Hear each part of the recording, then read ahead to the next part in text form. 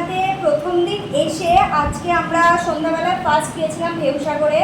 And ঢেউসাগর থেকে ফিরে সবেমাত্র আসলাম, মানে এইমাত্র আমরা রুমে আসলাম। তো এখন হচ্ছে চেঞ্জ করব। তো রুমে আমি একাই চলে এসেছি, বাকিরা সবাই এখন বিচের ধারে বসে হাওয়া খাচ্ছে।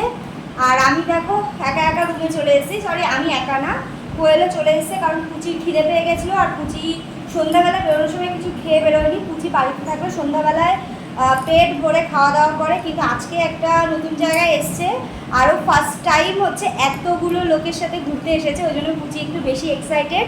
তাই জন্য পুচি খাওয়া দাওয়া টোটালি বন্ধ করে দিয়ে ওখানে আনন্দ করতেই ব্যস্ত। তার সন্ধ্যাবেলায় পুচি কিছু খেয়ে দিয়ে বেরোয়নি, ওই জন্য আমরা তাড়াতাড়ি হোটেলে চলে আসলাম। আর আমার সব বান্ধবীরা বিচের ধারে বসে বসে হাওয়া খাচ্ছে, আর আমি রুমে চলে এসেছি। রুমে এসে তারপরে ভাবলাম একটু চলো, আজকে যেহেতু ইউটিউবে রিলস বানানো হয়নি, তো রুমে এসে একটু রিলস বানিয়ে নিলাম। দেন তোমাদের সাথে আবার আড্ডা দিতে চলে আসলাম।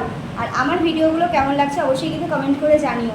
তো এখন আর আমাদের রাত্রের ডিনার, তারপরে ঘুম, সকালে উঠে কী কী করবো, মানে আমাদের দীঘাতে সেকেন্ড দিনের কী কী প্ল্যান আছে না আছে, কী করবো, কোথায় যাব, কেমন কাউতালি করছি, আনন্দ করছি, ঝগড়া করছি, সবটা তোমাদের সাথে শেয়ার করবো। তো তোমরা আমার ভিডিওগুলো একটুও স্কিপ না করে পুরো ভিডিওটা দেখতে থাকো। আশা করছি আমার ভিডিওগুলো তোমাদের খুব ভালো লাগবে। আর আমার পেজ এখনও যারা ফলো করোনি অবশ্যই আমার পেজটা ফলো করে দিও। টাটা।